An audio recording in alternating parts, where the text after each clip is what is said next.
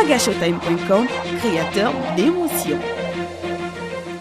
Des membres de l'organisation syndicale de promoteurs d'espaces, de rencontres et de loisirs OSPERL sautillent au cours d'un panel sur les mesures de sécurité et d'hygiène à observer dans les lieux de vente et de consommation des débits de boissons, et aussi interpeller les membres qui ne sont pas à jour des documents qui régissent l'ouverture de leurs lieux de commerce à s'atteler à le faire. Effectivement, par rapport aux documents d'ouverture des tenanciers ou des débits de boissons, c'est vrai, beaucoup ne sont pas en règle.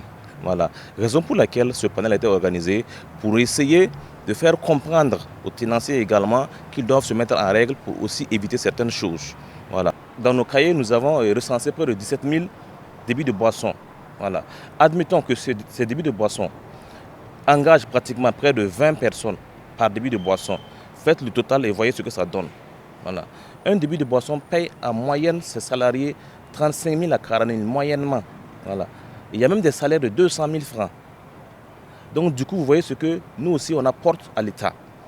Donc il va falloir que l'autorité et nous puissions vraiment aller sur une base bien déterminée pour pouvoir bien s'accompagner. Le commissaire de police Luc Kaboré, chef des débits de boissons de la ville de Ouagadougou, est l'un des panélistes du jour. Il s'est entretenu avec les tenanciers des maquis et bars sur les mesures à observer afin d'éviter toutes sortes de désagréments. Aussi, la question des mineurs dans ces lieux a été mise sur la table.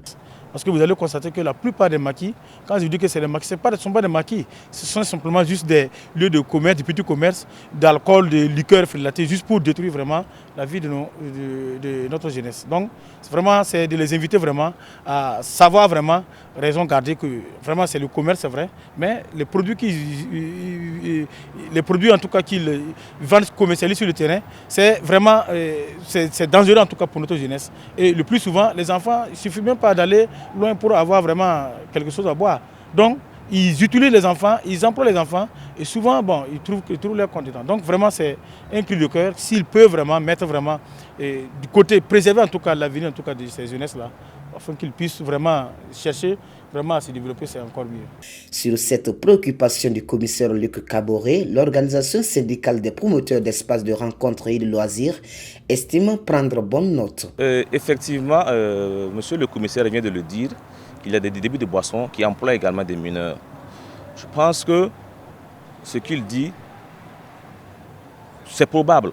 Parce que sur ces débits de boissons, on ne peut pas faire le tour de tous ces débits de boissons et savoir ce qui se passe à l'intérieur. Voilà. Donc, mais nous, en tant qu'OSPERL, nous avons pris des engagements afin d'accompagner les tenanciers, c'est-à-dire on a sur un planning de faire une sensibilisation générale, en fait, pour amener les tenanciers à ne pas laisser les mineurs se présenter dans les débits de boissons. En rappel, l'organisation syndicale des promoteurs d'espaces de rencontres et de loisirs OSPERL est née en mars 2020 en plein Covid-19.